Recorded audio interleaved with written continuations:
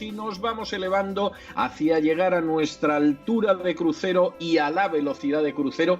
Y no sé qué le pasa hoy a don Lorenzo Ramírez, que tiene las manos metidas en el bolsillo del pantalón como si tuviera miedo de que le vayan a robar el moquero. No sé exactamente qué noticias traerá, pero tiene cara como de decir: a mí no te acerques a quitarme nada que te muerdo. No sé qué pasa, en fin. Muy buenas noches, don Lorenzo. ¿Qué nos trae usted hoy? Muy buenas noches, don César. Aquí voy en el avión, en la parte de atrás en la bodega llevo ahí unos cuantos maletines llenos de billetes y unos maletines a lo Delphi, como la amiga de Ábalos, y de oro y de todo lo que pueda. La verdad es que si lo tuviera, don César, ya lo habría sacado hace tiempo, cuando Pedro y Pablo sellaron aquel famoso pacto del abrazo. Pero don César, yo aquí estoy, en España, sigo sin creerme del todo lo que pasa.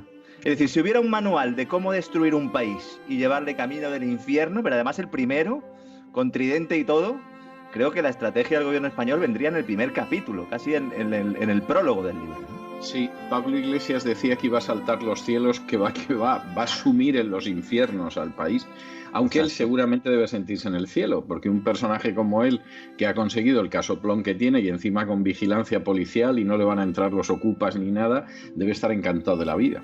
Pablo Iglesias y las chicas de la V, Nadia Calviño, Yolanda Díaz y María Jesús Montero, alias la campana extractora de este gobierno. Vamos a ver, proponer un nuevo impuesto al patrimonio. Discúlpeme, entramos ahora en el impuesto, pero es que me ha venido a la cabeza y no lo puedo evitar. Ayer publiqué en mi blog un artículo, un post que había publicado unos días antes en La Razón y supongo que debió de ser Miquel el que colocó una foto de el aquelarre feminista del 8 de marzo, de la primera fila, ¿no? Estaba ahí Carmen Calva y otros, ¿no? Con sus guantes. Eran espantosas, feísimas. La única guapa que había en primera fila era Marlaska. O sea, una cosa verdaderamente sobrecogedora, ¿no? ¿De qué me iba a decir Begoña Gómez? No. Y además, inmediatamente me acordé de un mensaje que está corriendo por las redes que dice: entra un marica, un astronauta, una cajera y un no sé qué. Y dice que parece el inicio de un chiste. Pues no, es el gobierno. Y es el gobierno de España, ¿no? Es verdad, es así. Disculpe. Además en esos términos se refirió al ministro, la propia fiscal general del Estado hoy en día, ¿no? No fue tan elegante. Le llamó maricón. Además repitió la señora Lola Delgado. Sí, le llamó maricón en concreto. Es ministra de Justicia, que muchos dicen, bueno, ¿y por qué la Fiscalía no actúa ante lo que está haciendo el gobierno? Pues ¿cómo va a actuar? Porque está la Lola. Claro, está Lola, la amiga de Balta, la amiga de Villarejo, la que le hacía mucha gracia que se extorsionara a través de las cloacas del Estado a los empresarios mediante prostíbulos, la que también le hacía mucha gracia, o por lo menos no hizo nada para evitarlo, que determinados magistrados se fueran con menores en Cartagena de Indias. Esto está grabado y publicado. Lo digo por si hay algún oyente todavía despistado, que lo busque en internet, porque lo publicó además el medio en el que yo colaboraba, moncloa.com y el periódico Mercados, y está ahí, y esta es la fiscal general del Estado. Pero como le digo, sigo sin creerme del todo lo que pasa, porque vamos a ver, en el mismo día, que fue el día de ayer, proponer un nuevo impuesto al patrimonio, Podemos, por un lado, ¿no? Impuesto a grandes fortunas, como queramos llamarlo, un impuesto al patrimonio, y el mismo día, en rueda de prensa, nuestra señora portavoz y ministra de Hacienda, Marisú Montero, anuncia que está ultimando ya que la tiene casi lista, una ley que ampara la violación del secreto profesional de asesores y gestores tributarios, pero no solo para las operaciones transfronterizas, que es lo que está saliendo en muchos medios de comunicación, no, les obliga a informar de toda la verificación que estén llevando de sus clientes. Es decir, esto es una barbaridad, es un atentado contra derechos fundamentales. Eso es propio de la Cuba castrista, por ejemplo. Sí, es que ni siquiera en regímenes como, bueno, yo no sé Argentina, porque también no ha traspasado todo. No creo que en Argentina se dé eso, ¿eh? Lo de Argentina es una vergüenza, es bochornoso, lo recoge todo el mundo, pero no, hasta ese nivel no han llegado. Es un nivel tremendo. Muchos dicen, no, es que esto es una directiva europea que obliga. Vamos a ver, la directiva es de 2018. Es una directiva de 2018. Es decir, si se hubiera querido traer al ordenamiento jurídico español, se podía haber hecho. Y además no determina eso, tal como lo está planteando el gobierno. Otra cosa es que se quiera demonizar a asesores, a gestores tributarios, como también se está haciendo con los responsables de las entidades financieras, que se les obliga por ley a ser policías. Esto es algo que tampoco comprendo. Ahora mismo, para abrirse una cuenta bancaria, básicamente tienes que, no sé, tienes que mandar, hasta los justificantes de haber hecho la primera comunión. Y además los bancos están obligados a informar de todas las operaciones. O sea, se han convertido todo el mundo en policía, todo el mundo lleva una placa. Además, la propia naturaleza del asesor y gestor tributario es intentar buscar dentro de la ley las mejores maneras de optimizar tu factura fiscal. Se llama elusión, no evasión. Es optimización fiscal. Porque muchas veces, además, las normas están hechas de tal forma que para el común de los mortales es imposible saber a qué derechos tienes. Un ejemplo de ello, por ejemplo, en el IRPF con las deducciones, ¿no? Deducción por desplazamiento, que si por maternidad, que si tienes la vivienda en alquiler, qué parte de la vivienda puedes desgravarte, cuál no. Es imposible. Entonces, en lugar de hacer una normativa sencilla, la haces complicada. Te obliga a contratar al asesor y al gestor. Y encima, en cualquier momento puede coger Hacienda y decirle, a ver, me vas a dar todos los correos electrónicos que tienes con este señor. Pero vamos a ver. ¿Pero esto qué es? La democracia ya, bueno... Esto es vergonzoso y se supone que los colegios de abogados tendrían que intervenir. Es decir, aquí tendrían que salir los colegios de abogados en masa y decir, pero bueno, esto no pasaba ni con Franco. O sea, ¿no? Es que es así de triste. Esto con Franco no pasaba. Es muy triste, pero eso es que es muy triste tener que decirlo, ¿eh? Pero es que esto no puede ser. Lo que pasa es que como el sistema político es una cleptocracia, ¿eh? Es el gobierno de los ladrones y lo único que pretende es continuar siendo extractivo. Y el alma, no voy a decir que el arma única, pero un arma esencial es la agencia tributaria, pues lógicamente la agencia tributaria tiene que tener menos controles que la Gestapo. Porque esta es otra, ¿eh? Ahora mismo es así. Decirle que la Gestapo tenía menos poderes que la agencia tributaria. Ahora mismo es así, ¿eh? La Gestapo estaba más controlada legalmente que la agencia tributaria. Sí, así es, así es. Bueno, hay una anécdota del rescate griego. En el rescate griego, además de los recortes, lo que se hizo fue directamente poner de director de la agencia tributaria a una persona de la Troika. No, claro. Directamente, el primer día, el día 1, ¿no? Entonces, cuidado, ¿no? Vamos a ver, entonces Podemos plantea o anuncia a bombo y platillo su impuesto al patrimonio, ahora comentaremos un poco, y el mismo día se anuncia, como digo, la ley que ampara la violación del secreto profesional de asesores y gestores tributarios. Esto solo tiene una consecuencia directa, que además está produciendo ahora mismo ya, fuga de capitales de España. Pero vamos a ver, yo recibo todos los días, sin excepción, algún email, alguna comunicación de gente que me dice que cómo se lleva el dinero de España. Todos ellos son gente modesta. O sea, son gente de clase media. A mí no me ha escrito ningún millonario, ni siquiera una persona que tenga grandes ingresos. El millonario ya se lo llevó. Si es que el porque esos ya se lo han llevado en la época de Montoro o a lo mejor hasta en la época de Zapatero. Es más, posiblemente se lo llevaron en la época de Zapatero. Los amnistió Montoro en uno de los actos más ilegales y más miserables que se han perpetrado desde el Ministerio de Hacienda, y después de que los amnistió Montoro se lo han vuelto a llevar. O sea, y además tiene enorme lógica.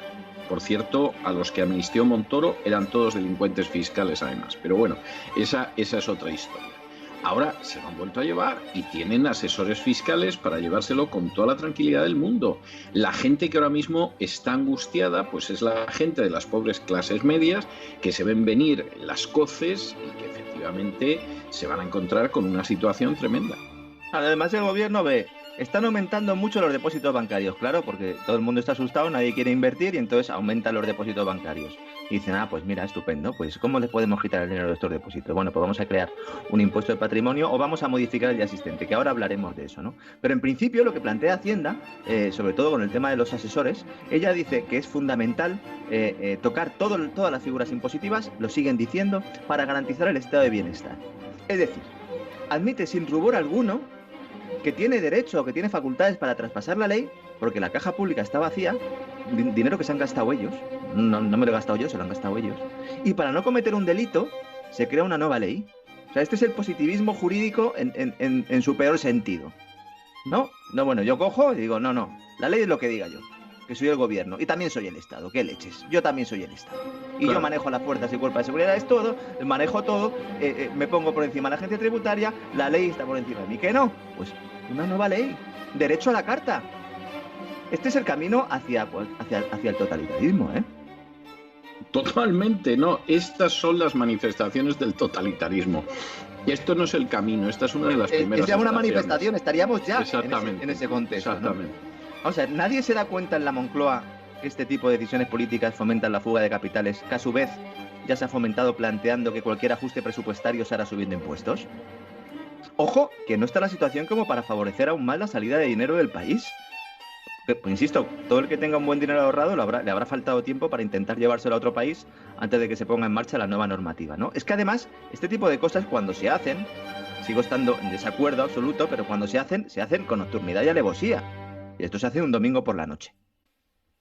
Y entonces, un domingo por la noche, el BOE dice, ahí va, ya no me puedo llevar el dinero, ¿no? Pero si aviso antes, ¿qué es lo que quiero provocar? ¿Quiero provocar un pánico bancario? Es que pues yo ya me empiezo a preguntar es que da la sensación de que efectivamente, vamos a ver, yo no lo puedo afirmar de una manera taxativa porque me faltan elementos de juicio, pero da la sensación de que el gobierno está dividido entre idiotas, en el sentido griego del término, el que tiene una ignorancia profunda, está dividido entre idiotas, incompetentes y los que quieren crear el caos porque en la ola del caos piensan que imponen el sobre. Sí, o sea, esa es la sensación. El ejemplo griego es un poco también lo que pasaba en Syriza, ¿no? Que tenían esas dos vertientes del partido, ¿no? La del Grexit a ultranza, que por cierto, algunos de aquella Syriza había ministros que eran pro-Grexit, que luego se enfadaron mucho cuando se cerraron los bancos porque tenían pisos en Londres y tenían que pagar la hipoteca. Claro, exactamente. En euros. Y decía, ahí va, pero ¿y ahora qué hago? Pero vamos a ver, idiota, si estás tú proclamando que salga tu país del euro, si tienes una casa en Londres, pero tú eres idiota. Por eso Pablo Iglesias en eso es más prudente. Y no quiere acabar con la Unión Europea. Quiere que la Unión Europea le pague los banquetes, que es otra manera de verlo, ¿eh? Sí. Y la entrada de Ciudadanos también pues ayuda a eso, ¿no? Preguntaba por la posibilidad de que se baje el sueldo de los políticos, porque ya directamente se le pregunta, ¿no?, a la ministra Montero. Dice que lo descarta por ser una medida populista. O sea, bajarse el sueldo del político cuando estás haciendo una gestión, bueno, vamos a decir que no es la ideal, cuando tienes un agujero en las cuentas públicas tremendo, cuando estás llevando a tu país hacia el default y le dicen, oiga, ¿se podría usted bajar el sueldo? Dice que no. Dice que es una medida populista. ¿Cómo que es una medida populista bajarse el sueldo? Es que me parece alucinante. Claro, luego nos vamos a los datos del Congreso de los Diputados.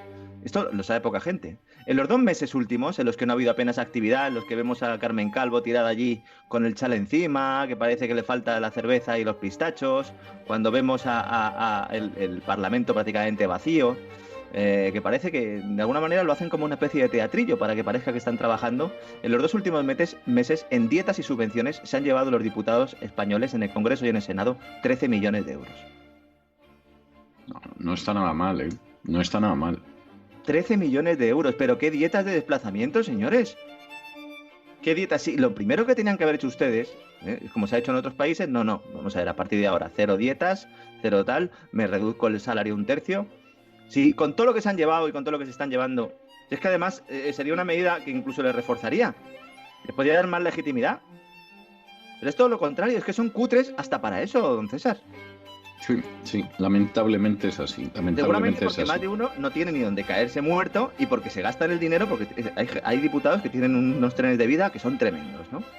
Tremendos. No digo yo que acaben cogiendo fajos de billetes como José Blanco en gasolineras, pero bueno, incentivos desde luego que tienen, ¿no? Entonces, en este contexto, se presenta Podemos con su nueva versión del impuesto al patrimonio, que según los chicos de Iglesias, pues será el bálsamo de Fierabras que todo lo cure, ¿no? Ya sabe usted, lo de siempre, que grabaré a las familias que tengan un patrimonio muy alto, los ricos, etcétera, etcétera. Vamos a ver.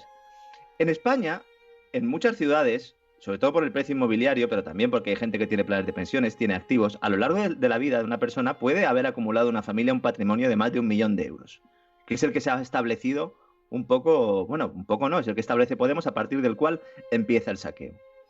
Es una nueva revisión del tributo a las grandes fortunas, también el conocido como impuesto a los ricos, ¿no? Con el que pretende recaudar una cifra imposible, pero que queda muy bien en los titulares de los medios afines al régimen. Sí, de maravilla. Aquí hay varios elementos. Si tú quieres recaudar 11.000 millones de euros, que es lo que han dicho, ¿no? Y además dicen que lo van a pagar unas 1.000 personas, según los propios cálculos de Podemos. Pues las cuentas no salen. Porque entonces cada uno tendría que pagar una media de 11 millones. Y esto es mucho más que el tipo máximo del impuesto, que es del 3,5%. Como yo no les pido que sepan sumar y restar, porque entiendo que esto es para ellos es secundario, si nos vamos a los cálculos de los técnicos de Hacienda, dicen que serán unas 150.000 personas, tal como está diseñado el impuesto que ha presentado Podemos, ¿no? Ojo, que se va a castigar a familias que han estado ahorrando toda su vida y que sobre ese ahorro ya han pagado muchos impuestos. Porque el impuesto de patrimonio, aunque no se suele decir, es un impuesto profundamente injusto y confiscatorio precisamente por eso. Porque es éticamente muy cuestionable. Supone castigar fiscalmente activos por los que ya se han pagado impuestos, además varias veces, y estamos hablando de someter a un gravamen el patrimonio neto de las personas físicas. Es decir, una porción de renta que, además de haber tributado, se destina al ahorro. Y aquí viene la clave de todo esto. ¿Por qué estos anticapitalistas, estos adoradores de Piketty, esta izquierda mundial globalista, está empeñada en acabar con lo único que nos puede sacar de este pozo? Del pozo que comenzó en la crisis subprime, o si quiere con las Torres Gemelas, o cuando empezaron las burbujas. El ahorro. Claro, efectivamente. Es el ahorro. Pero es que además, vamos a ver, si es que a estas alturas aquí tendría todo el mundo ya que enterarse de con quién se juega los cuartos. Este gobierno es un esclavo, un lacayo, una marioneta de la agenda globalista. Versión sobre todo Soros, que es al que más se ve, pero no el único. Y además fía su permanencia en ser una marioneta de la agenda globalista. Es decir, yo hago lo que usted me mande y luego me perpetúo en el poder por los siglos de los siglos, y chusma como ella, sin querer ofender a ninguna chusma, pues puede utilizar el dinero que la agencia tributaria les quita a los contribuyentes en dar centenares de millones de euros a empresas fantasmales en Cataluña, como ha pasado con el coronavirus. Cito Illa porque es el que más lo ha hecho, pero vamos, Ábalos también tiene sus empresas fantasmales. No, Ábalos, hay suficientes indicios como para que estuviera sentado en el banquillo por varios casos, no solo por supuesto, igual que Illa, igual que otros. Entonces, en medio de esa situación, la agenda globalista tiene una serie de metas que este gobierno está implementando claramente. Y que además son metas que tienen mucha lógica. Por ejemplo, una de ellas es acabar con la familia. ¿Y por qué acabar con la familia? Hombre, primero porque si usted acaba con la familia se va a producir un descenso de la población, que es algo que queremos. Segundo, porque si usted acaba con la población de un país, podemos tener las inmigraciones desordenadas que queremos y acabamos con la cultura de ese país, y al final eso es una masa ovejuna formada por gente que viene de África o de cualquier otro sitio, pero que en un porcentaje elevadísimo que puede llegar a ser mayoritario en pocas décadas no va a ser del país. Y finalmente porque es que la familia en última instancia es la última trinchera con la que cuenta cualquiera. Hombre, que hay familias desestructuradas, es verdad. Que hay familias que es que verdaderamente es un tormento haber nacido en esa familia, es cierto. Pero no es menos cierto que en la inmensa mayoría de casos la familia es lo único que queda en pie cuando se caen las instituciones, se cae el país, hay una revolución, hay una quiebra de la bolsa, hay una guerra, etcétera, etcétera. La gente se protege dentro del ámbito familiar. Y como si tiene un elemento en el que se puede proteger y tiene un asidero al que se puede agarrar, entonces no podemos convertirlo totalmente en oveja, o resulta más difícil, pues tenemos que destruir ese asidero. Y eso lo podemos hacer de muchas formas, mediante las leyes de género, arruinando a la gente miserablemente, etcétera, etcétera, ¿no? Y están siguiendo el plan. Es hasta posible que dentro de su inmensa idiotez ni se den cuenta de que siguen el plan. Es decir, seguramente la ministra Calva, que no la haces más tonta y más sectaria ni aunque la encargues, pues evidentemente pensará que vamos hacia el progreso de la humanidad, y suele decir mucho eso de hemos llegado a cambios que ya son irreversibles, ¿no? O sea, lo hemos hecho nosotros y por primera vez en la historia, el Reich va a durar 1000 años, porque lo digo yo que me llamo Adolf. Y entonces esa es la situación, y esta mujer suele decir mucho lo de irreversibles, lo cual quiere decir que en el fondo hay algo que le dice en su interior: ojo, Carmen, que esto en cualquier día le pegan un plumazo y se va a hacer gárgaras. Tú repite lo de que es irreversible y que le va la vida a las mujeres, y convoca a los aquelarres feministas del 8 de marzo, no sea que la ola vaya en la otra dirección y te acabe barriendo. Y esa es la situación que hay, pero claro, el panorama es pavoroso, porque esto es convertir una sociedad en un rebaño. Permítame que la impertinencia de quitarle 30 segundos más, pero me parece importante decir esto. Me están llegando en los últimos días infinidad de vídeos, casi todos son el mismo o tomado desde otro ángulo, de una cacerolada en Núñez de Balboa, en Madrid. La calle Núñez de Balboa es una calle del barrio de Salamanca que es el más caro y más acomodado del casco urbano de Madrid.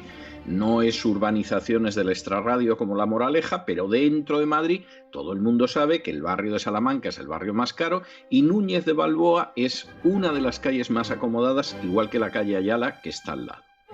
Que hagan una cacerolada ahí a mí no me dice nada, porque si no hacen una cacerolada en el barrio de Salamanca yo no sé dónde la van a hacer. Pero a eso hay que contraponer esas otras imágenes de vídeo que también han venido, que son esas que llaman la fila del hambre, ¿no? O la cola del hambre, donde se ve a pobre gente esperando para que le den un paquete de comida. Cuando uno contrasta a la gente de clase alta o clase media alta pegándole a la cacerola, que al final son unas pocas docenas de personas, con los centenares de infelices que están esperando a que les den el paquete de comida y no dicen ni mu, ni hablan, están en silencio, casi todo con las cabezas gachas y mirando como mucho la pantalla del teléfono móvil, uno se da cuenta de a quién tiene controlado este gobierno y quién le va a mantener a través de las urnas.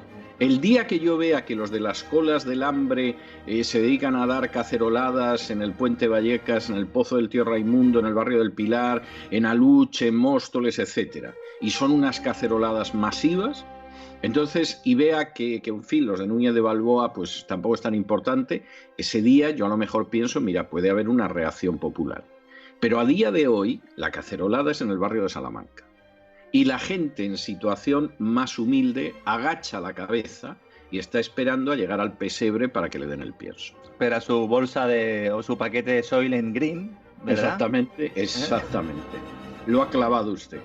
Y además lo del Soylent Green está muy bien traído. En español se llamaba Hasta que el destino nos alcance. Exacto, porque en Soylent Green mostraba cómo a partir de cierta edad los ancianos los liquidaban. Que es lo que en estos momentos a la chita callando está impulsando precisamente el gobierno de este país.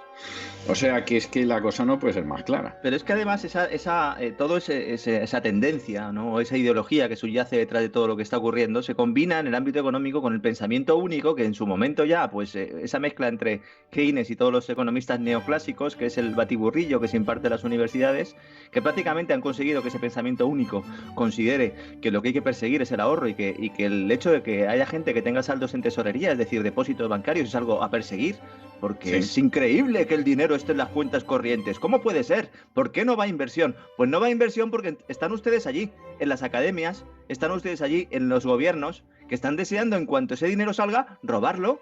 Por eso no sale de los depósitos. En Japón lo saben muy bien. En Japón mucha gente pregunta, bueno, ¿cómo puede ser que un país con tanta deuda pueda seguir sobreviviendo? Porque los japoneses llevan los 30 años de crisis ahorrando porque no se fían de su gobierno. Aquí no. Aquí nos han dicho, no, endeúdense, váyanse de vacaciones con la tarjeta de crédito revolving. Dice, afectados por las tarjetas revolving. Pues claro, ¿cómo no vas a estar afectado por las tarjetas revolving? Si estás pagando un interés del 20, del 30, del 40 o del 50% por irte de vacaciones. Pues no te vayas de vacaciones como hacía mi padre. ¿O qué pasa? ¿Que hay que irse de vacaciones todos los años o qué? No, es que es algo tremendo. Esa labor se ha hecho en las escuelas, se ha hecho en las universidades y al final el papel del ahorrador y del empresario son los que se demonizan cuando son fundamentales para el crecimiento y la mejora de los niveles de vida de toda la población.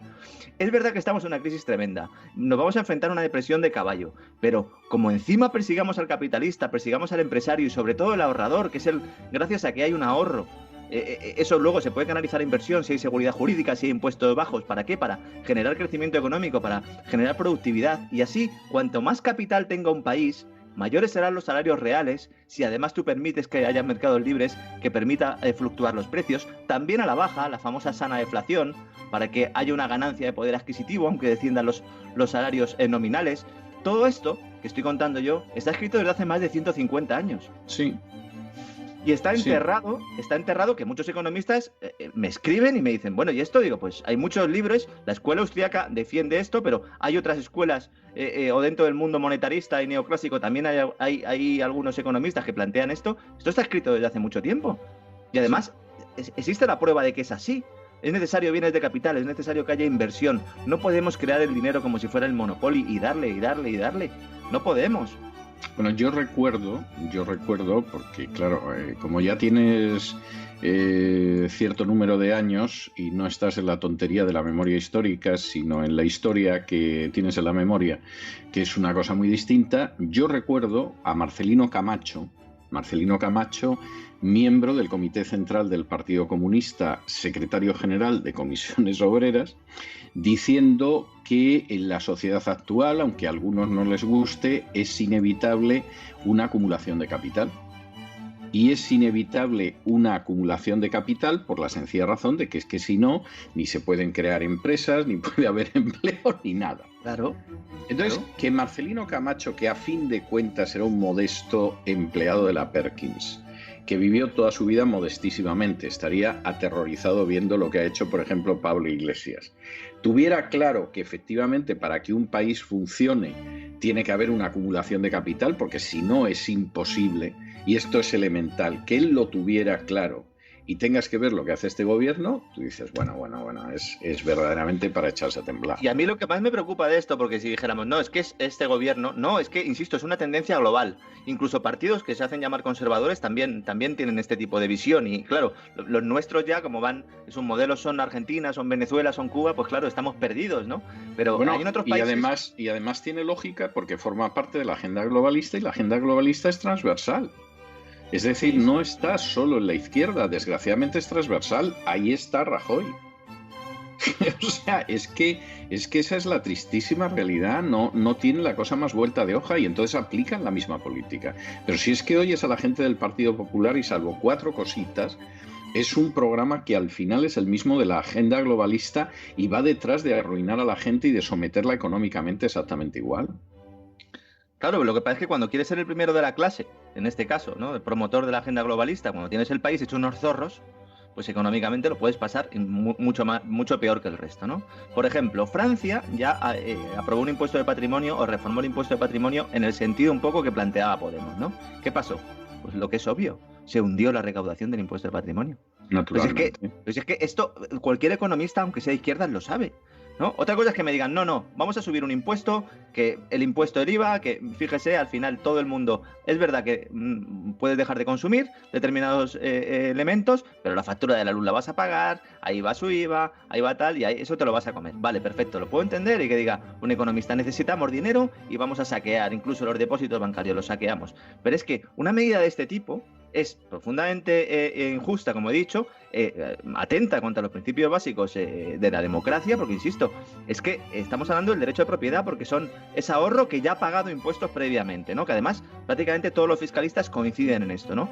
Pero es que además tú lo que quieres ahora es atar de pies y manos a los paganinis, a los que todavía quedan aquí y están viendo, que me escriben a mí a diario a ver cómo se pueden llevar el dinero a Luxemburgo, a Holanda o a donde sea, porque temen que sus pequeños depósitos bancarios desaparezcan. Pues a estos es a los que quieres ayudar. No sé, esta mañana yo he hablado con 2 banqueros de inversión que me decían que nunca habían tenido tantas llamadas de teléfono como esta mañana. Entonces, ¿qué quieres? ¿Implantar un control de capital? No me extraña. Y vamos a ver, y a todo esto dirán, bueno, pero es que Europa nos apoya, etcétera, etcétera. Pueden decir lo que quieran. En Europa se frotan las manos cada vez que en España hacen un disparate de este tipo. O sea, yo estoy convencido de que ahora mismo en Londres están que les echan humo las manos de cómo se las están frotando. Claro, si es que a ver, cuando se habla de la troika y dicen muchos, no, es que ojalá nos intervengan, usted y yo alguna vez hemos expresado ese sentimiento porque decimos, mejor que nos controlen las cuentas desde fuera, pero eso tiene un problema, y que no suelo comentar, pero que es un problema importante, y es que cuando estos vienen con la recetita, ellos no solo dicen que hay que liberalizar sectores, ellos dicen que hay que privatizar a precio de derribo, que normalmente además esas privatizaciones se dan a amiguetes. Tampoco dicen que nos obligan a subir prácticamente todos los impuestos. Y nos ponen en una situación mucho más difícil. Es decir, la receta del Fondo Monetario no es proteja al ahorrador. La receta del Fondo Monetario es la que decía yo antes. No, saquee todo lo que pueda el país. y me paga a mí un dinero que además se lo he prestado de nueva creación. Es que mándatela también. Un dinero que me he inventado yo dándole a la máquina. Te lo doy y luego tú, ¿qué haces? Pues subes impuestos a toda tu población para que me lo devuelvan. Oiga, esto antes se hacía con un antifaz y una pistola. Ahora que me lo hace usted con la corbata y el traje. Entonces, lo que hay que intentar es que no llegue un país nunca a esa situación. Y el euro precisamente nos permite, hay muchas cosas que tiene malas el euro, obviamente, pero nos permite una cosa y es, oiga, compartimos moneda con los países de nuestro club, vamos a hacer nuestros deberes, vamos a intentar tener un estado de bienestar que funcione, pero que sea más pequeñito, vamos a atraer el capital, vamos a hacer lo que hizo Irlanda después del rescate. Dicen, no, es que las empresas se van a Irlanda, pues haz algo para que vengan aquí. ¿No? Porque Irlanda cuando dijo que quería bajar el impuesto de sociedades, vamos, la Unión Europea le faltó mandar los barcos a invadir Irlanda, y Irlanda no se movió de su sitio, y que ha conseguido crecer y sobre todo llevarse a compañías que ahora dicen, no, es que Irlanda es un paraíso fiscal. No, señores, España es un infierno fiscal. Exactamente, esa es la historia. No es que sean paraísos fiscales, es que España es un infierno fiscal y la gente quiere escaparse del infierno. Vamos, esto es algo que no tiene más vuelta de hoja. No olvidemos que el objetivo es la clase media con ahorros amasados con sangre, sudor y lágrimas. Por supuesto, el objetivo son las clases medias. Porque es que Hacienda, además Montero lo ha dicho, dice, no, nosotros no vamos a crear un nuevo impuesto como el que dice Podemos, vamos a revisar todos los que ya existen. Como diciendo, no, estos son unos radicales, nosotros somos los buenos. ¿Cómo que vamos a revisar todos los que ya existen? Sí, porque con las reinterpretaciones creativas a las que tan aficionados son los esbirros de Hacienda, pues tú de pronto lo que ha sido la interpretación clara de la ley que has mantenido durante años, la reinterpretas. Y entonces le caes al contribuyente, que es alguien de la clase media, y le dices, mire usted ha pagado 8, pues que sepa que tiene que pagar 16, pero además tiene usted una multa del 100%, y además de eso tiene usted un recargo del 40%, y no sé qué. Cuando acaban de hacer las cuentas, resulta que el contribuyente tiene que pagar a Hacienda mucho más dinero del 100% del dinero que percibió bruto en su día. Y efectivamente es así. Entonces, ¿para qué vamos a inventarnos un nuevo impuesto? Que además luego te ponen verde. Reinterpretamos el impuesto. Ese señor, o doña Clotilde, el ejemplo que siempre ponemos, cuando le llega la cartita de Hacienda, resulta que su cuñado, o quien sea, o su sobrino le dicen, mira, tengo un gestor muy bueno que te puede llevar a este caso, pero es que al gestor también lo van a meter en el ajo, con la nueva ley. Sí. Entonces, ¿el gestor qué va a ser? ¿La troika personal de cada uno? Sí. Nos van a analizar los gastos y los ingresos por orden de... cada vez eso se parece más a 1984, pero no por el camino al totalitarismo, sino por esa disonancia cognitiva que van a generar en todos nosotros, porque va a ser imposible ver la realidad de lo que está pasando y participar en ella sin volverse loco. Sí, no, es así, y además es terrible y no nada más vuelta de hoja, ¿eh? O sea, esto está, pero más claro que el agua hacia dónde vamos. Celebro que mencione usted 1984 porque lo he utilizado hoy para mi editorial. Pero, siempre nos conectamos. Sí, tenemos una sintonía que seguro que algunos considerarán que es temible.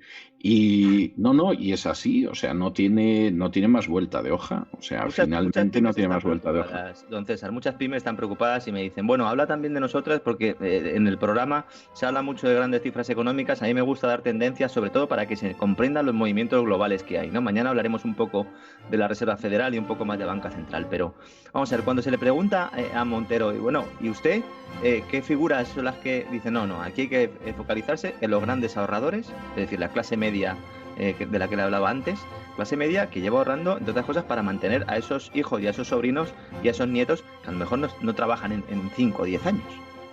Porque el dinero es gracias a esos ahorradores, en la anterior crisis hubo mucha gente que no se quedó en la calle, ¿no? Pero el segundo objetivo... Pues por eso hay que acabar con esa gente. Claro, esa gente esto les está defendiendo a los desdichados. Hay que acabar con ellos.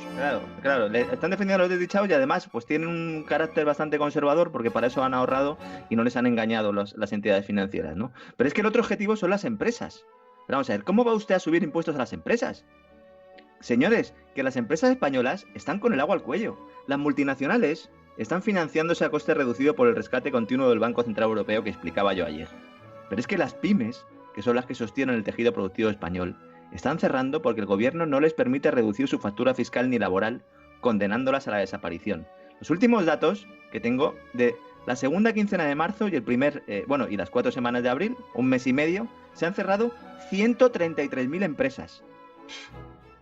Se han cerrado. Y esto sin contar el más de 500.000 que están con ERTES. Es horrible. ¿Cuántas empresas van a quedar? ¿El 50%? Eso es optimista, ¿eh? Bueno, claro, también depende del sector. Desde luego, en algunos sectores va a ser verdaderamente espantoso, ¿eh?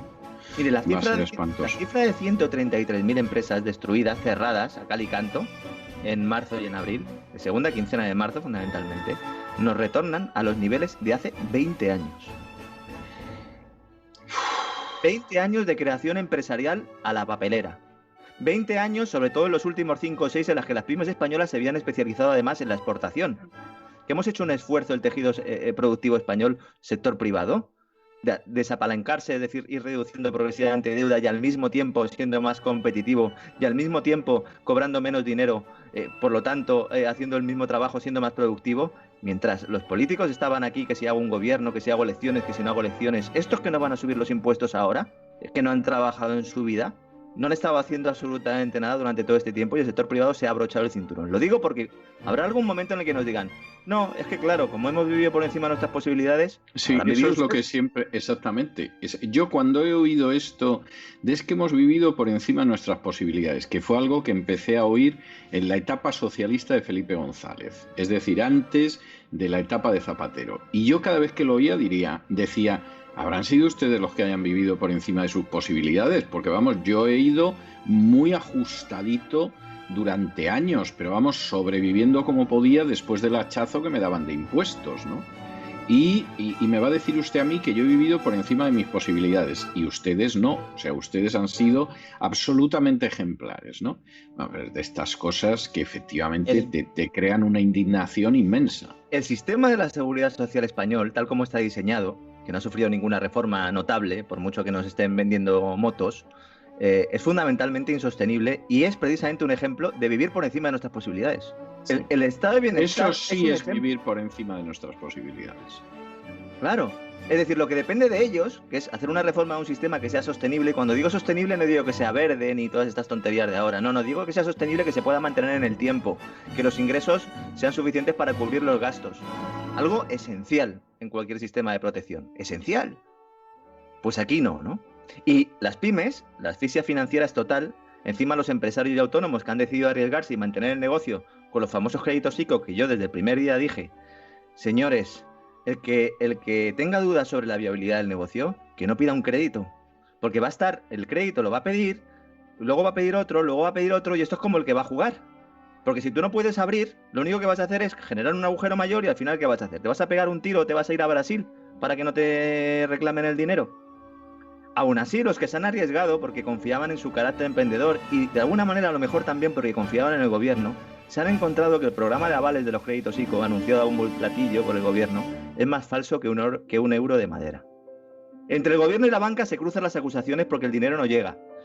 Y entre unos y otros, pues al final ya saben, ¿no? Como dice la expresión española, la casa sin barrer.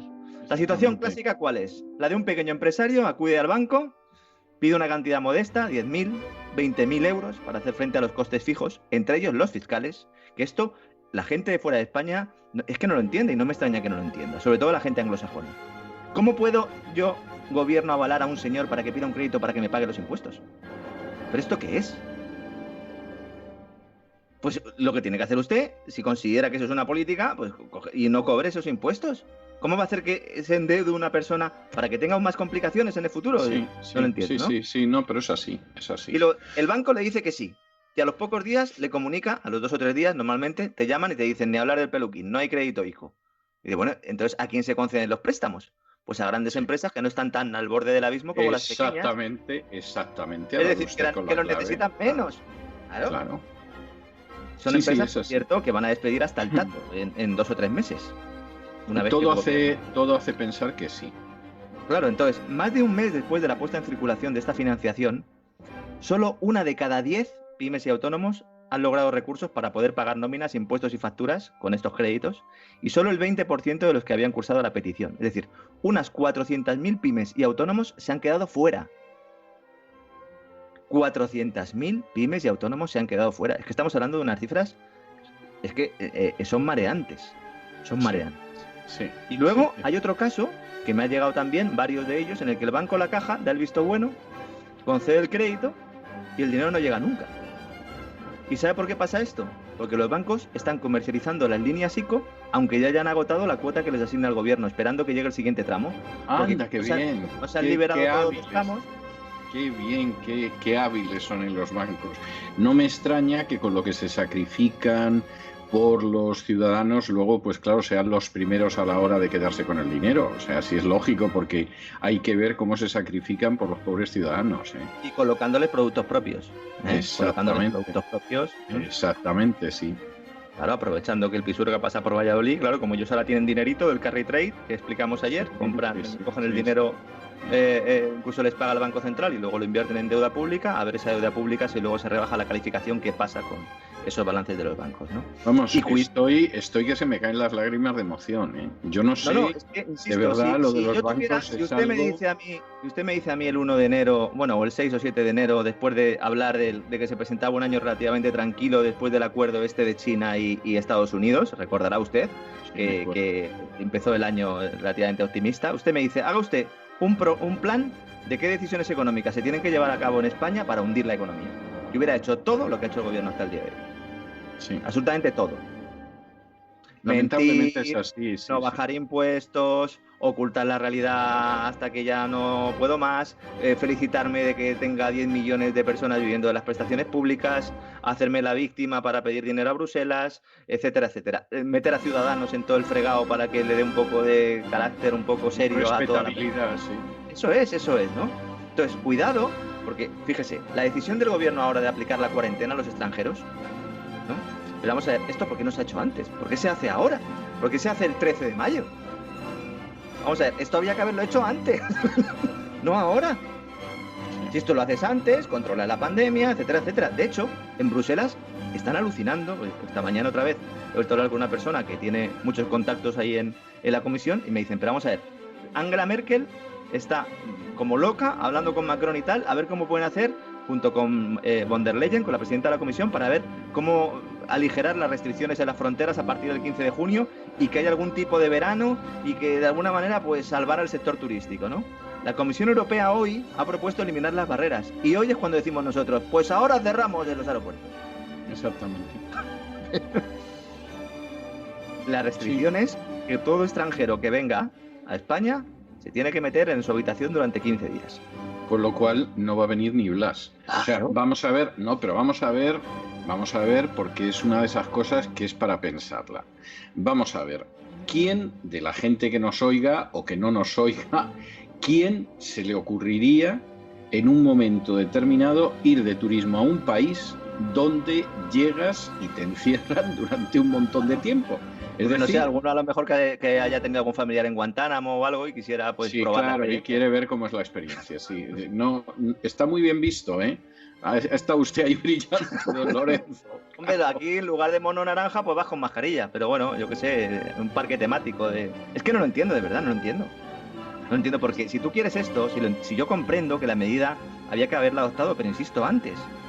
Se está diciendo que a lo mejor se podría levantar a partir de finales de mayo y tal. Bueno, pero tú, ahora mismo que está incluso, hay un mercado y las propias agencias, los turoperadores están viendo cómo pueden salvar la situación y, como digo, han conseguido convencer a los poderes públicos europeos para que abran un poco la mano, pues entonces en ese momento tú dices, no, yo aquí cierro y ya está. O sea, te quitas de la película, te quitas del proceso.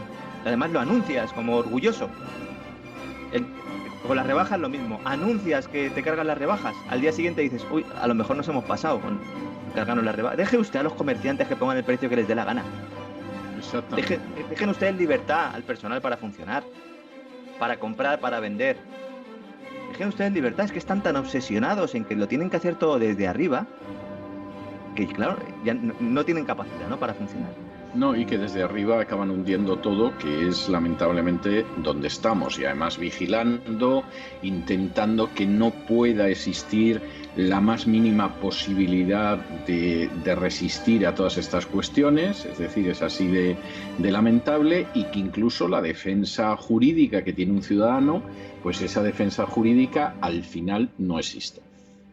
No, claro, porque la seguridad jurídica le pegaste fuego ya hace tiempo, porque todo esto no se puede realizar si tienes una seguridad jurídica, si tienes una justicia independiente, etcétera, etcétera, ¿no? Y hablando de justicia, precisamente sigue la pelea en Alemania, que yo sigo. Esto es otra cosa que no di crédito. Yo no sé si usted recordará, sobre todo como historiador, si esto ha pasado alguna vez, más en Alemania, pero vamos a ver. Llega el Constitucional alemán y después de la sentencia que, bueno, pues poniendo en duda la legalidad del programa del Banco Central Europeo para comprar deuda pública y rescatar países por la puerta de atrás, sale el presidente del Tribunal Supremo de Alemania y critica la sentencia del Constitucional alemán de su propio país, que pone en duda la legalidad del programa de asistencia financiera, como digo, del Banco Central Europeo, y no solo la pone en duda, ya sabe usted que normalmente se suele nadar y guardar la ropa un poco, algún comentario, no, dice que es un horror y un ataque contra la Unión Europea como comunidad legalmente constituida de las democracias.